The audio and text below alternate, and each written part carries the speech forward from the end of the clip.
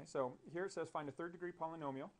What that means is you're going to write your answer as a polynomial. So it's going to be written without factors. Okay?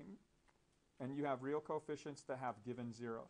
Okay? So what you're going to do, in this case, all of our zeros are real numbers, right? Okay? They're all rational. Okay, so this one we're given 3 rational zeros. We want a third degree polynomial, so that means our power is going to be 3. What we're going to do is we're going to correspond each of these zeros to their factors. So we're going to get the function f of x is equal to, okay, and there's some unwritten a value. We need to find that later, so that's going to be the second part of our calculation. But we can write our factors, always x minus whatever the given zeros are.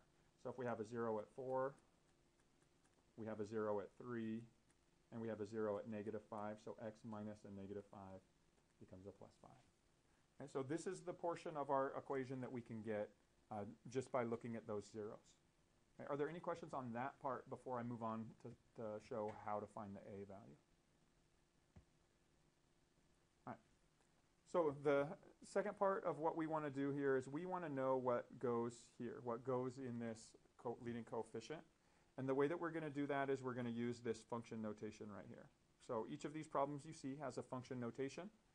The number inside the parentheses corresponds to what variable in function notation? F of -6 equals -180. So the part inside is the x.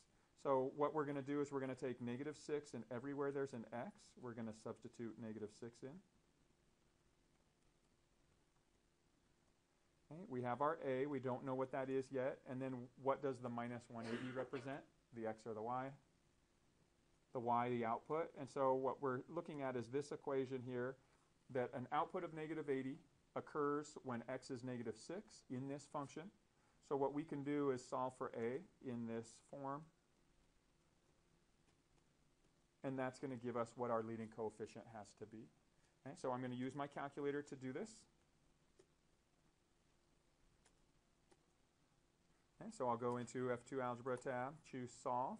I'm going to type my equation, -180 is equal to. I'm going to go ahead and use a.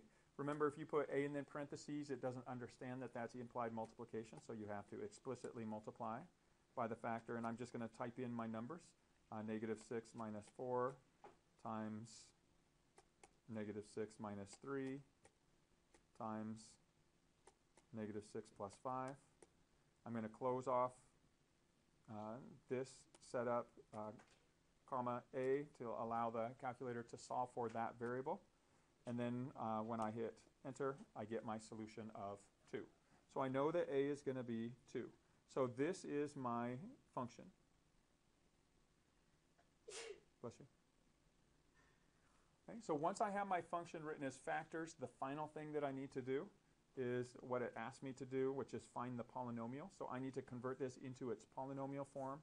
And do you remember how you convert from factored form into polynomial form? What command can you use? Expand, perfect.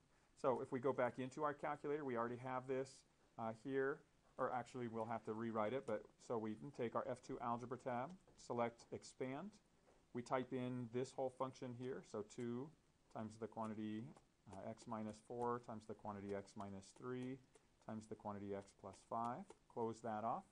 And when I do, it gives me my polynomial form. Right? If you get an answer, bless you, if you get an answer that has radicals in it, bless you, or if it has I, okay, the imaginary unit I, then you've forgotten your conjugate pairs. Okay? But it should be just a polynomial that fits all the rules of polynomials. All the powers are whole numbers, okay? And more than likely your numbers will be integers as well. Okay? But it's not it doesn't have to be. So your answer is to rewrite this function now using that expanded form that we saw here. So 2x cubed minus 4x squared minus 46x and plus 120. Okay? And that would be your expanded form of your polynomial.